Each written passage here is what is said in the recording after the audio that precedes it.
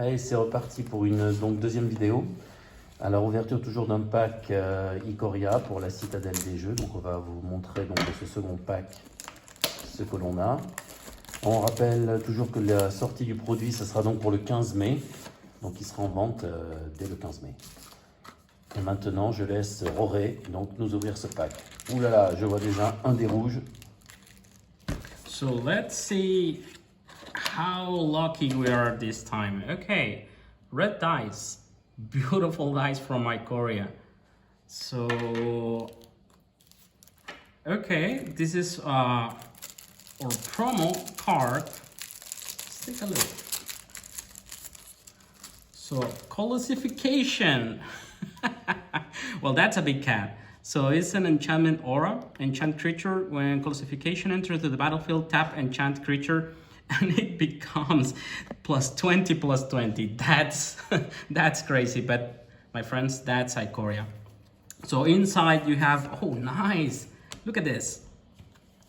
Tokens for all the abilities. It's part of the new mechanics that we have in Ikoria. So we have for Menace, First Strike, Hexproof, Lifelink.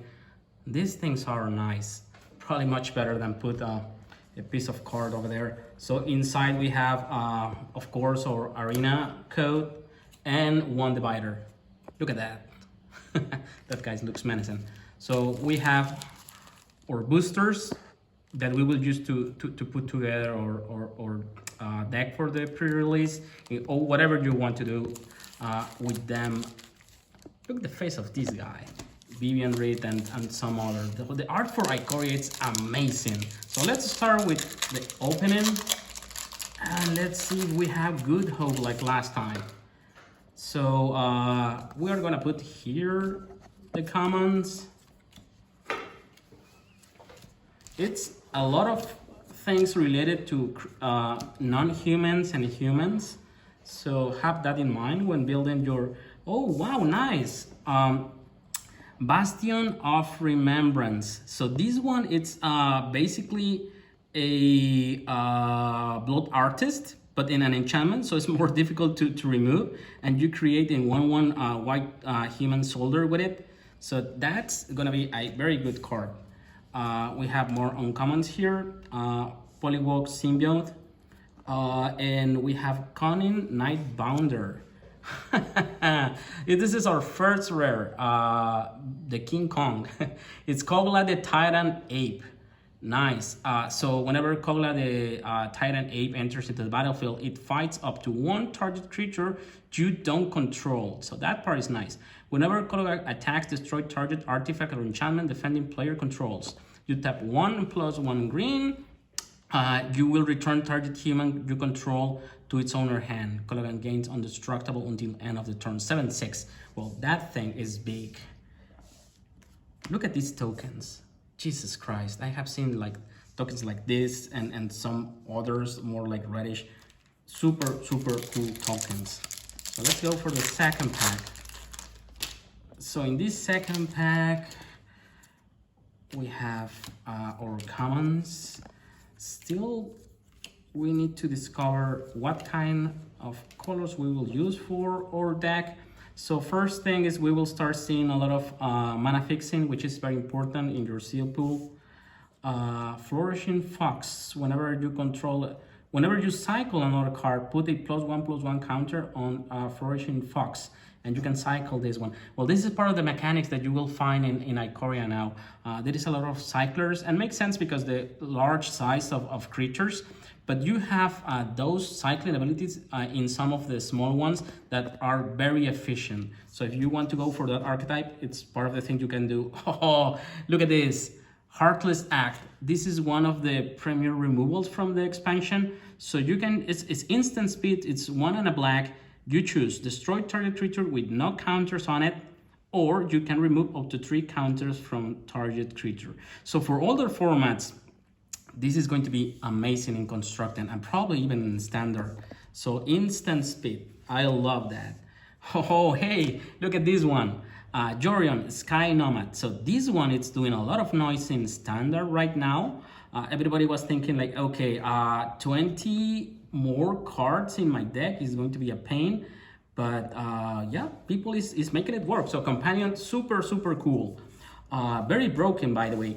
Basically, you start with 7 cards plus this one outside. Like if we're kind of your commander, just remember if it dies, it will go to the graveyard and that's it. And then you have certain limitation that, for example, in this case for Jorion, is the number of cards that you have in your deck. It has some effects, but anyway, it's card advantage. And as we know, as Magic players, that's great. Okay, let's go for the next pack. We have this one and 3 more to go. We have not seen any Mutate card yet, but let's wait for it. It's a fantastic new ability, which, by the way, it's quite... some people would say it's complex, but once you start playing with it, it's not that much. But it's a lot of investing in one of your creatures. So we have as uncommon Exuberant Wolf Bear and more mana fixing over there. Oh, Necropanther. This is one of the mutate cards that we were talking about before. So whenever this creature mutates, return target creature card with convert mana cost 3 or less from your graveyard to the battlefield. So first thing, this is a 3/3 for 3, which is good stats. But if you mutate this, basically you need to pay 2 plus 2 hybrid colors. In this case, could be black or could be white. And if you mutate it, basically you're gonna have the effect. Something very cool about mutate is that basically you choose, for example, you can mutate any creature. If you mutate the fox, it will become a 3/3 with this ability plus the abilities of the fox, which is amazing. Or you can decide to put the fox on top. So in this case, the one that you use on top is basically going to be the power and toughness of the creature.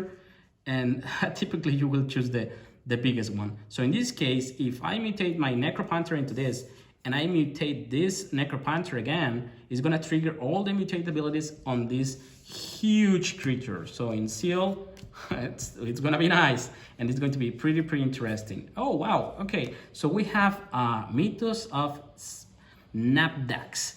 So these big sorceries basically take into account what kind of mana you're paying in your colorless mana of the spell. And it's like flashy effects that the ones that we have here. So for example, this one, each player choose an artifact, a creature, an enchantment, and a planeswalker from among the non-land permanent they control. Then sacrifice the rest. So basically it's like a sweeper. But if you pay black and a red for the colorless ones, was spent to cast this spell, you choose the permanent for each player instead. So basically you're gonna leave them with a bunch of 1/1s when you keep your huge mutate creatures. That's very cool. So let's go for the next pack. Being honest, still it's gonna be like a lot of, I don't know, good stuff, many colors. So we need to try to find more bombs in order to define which colors we want to use for. Oh wow, what's this? Oh, hey, so it's the alternative art in 1 common. So in this case, it's Cavern Whisperer. So it's a 4 and a black, and for a 4/4, we can mutate this for 3 and a black. It's a 4/4 with menace. Whenever this creature mutates, each opponent discard a card. Wow, okay, this is going to be annoying for my opponents. Look at the art. It's amazing. It's something like in between like comic books and I don't know what, but it's incredible. Almost, it's basically full art. This is great. So we keep with the cards, and for example, here's a couple of mutate cards. This one, it's very good, and for example, this is like the opposite of the one that we saw before. Now for the mutate ability, you pay less than the normal cost. So a 2/4 for 1 green and 1 blue, that sounds amazing. Plus 1 ability here. That's a very good card. Oh, well, these ones, it's the new basically fetchable lands that you can find in Ikoria. So it's these 3 lands, enter tap, for commander are gonna be amazing, and for standard, very needed. You can cycle them in case that, for example, you really need other cards instead of the fixing, but these cards are going to be staples from standard, I want to believe. Talking about companions, Obosh, the Prey Piercer.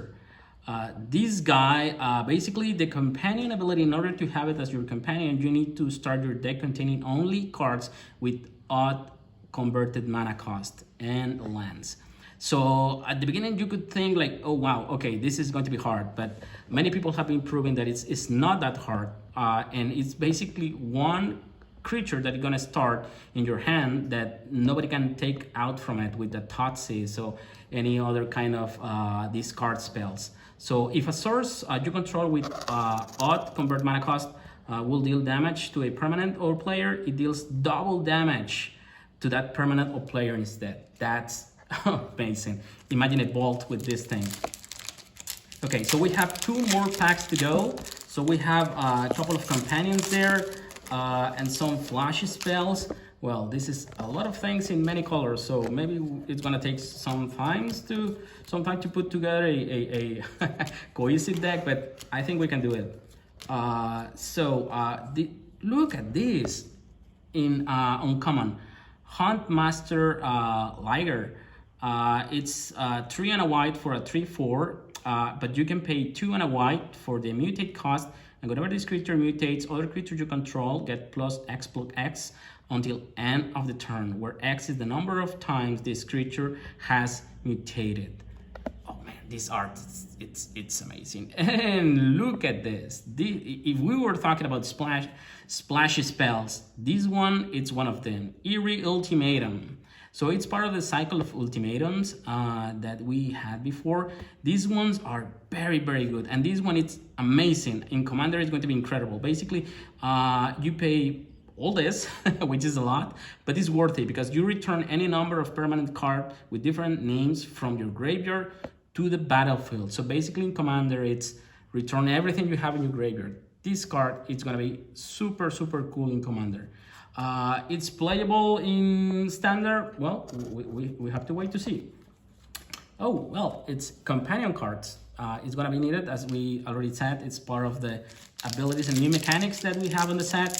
So we already talked about cycling, mutate, companions. Probably something that we have not said, it's about the abilities that you can leave as tokens into creatures. So just remember, some creatures will have enter effects, so when they die, they put tokens with abilities. Typically, we were so used to the +1/+1 counters, but now we can leave like first strike counter, and then your creature will have it. That part, it's very, very cool. So let's see, last pack. Okay, so more of this art. I love it. This comic style, it's amazing. Another mutate card. A fox with wings. Okay, just magic can do that.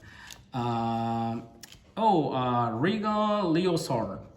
So whenever this creature mutates, other creatures you control get +2/+1 until end of the turn. So it's a 2/2 for a red and a white, but if it's on the battlefield, everybody will, at least your opponent will be thinking like, oh Jesus Christ, when he's going to mutate this, it's gonna be a blowout maybe. We have the Crystalline Giant. That, remember, for this one you will need a dice with until 10, because you need to at the beginning of combat you need to choose one kind of all these random abilities at random. So you need to put a counter of that kind into Crystalline Giant.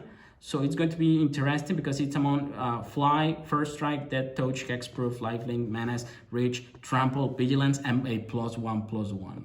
So nice creature to have. A little bit, let's say, not easy to know what is going to happen with it, but pretty interesting to play with it and against it. So that's our pool. What we're gonna put together with this, we will need a little more time for it, but companions, very, very cool.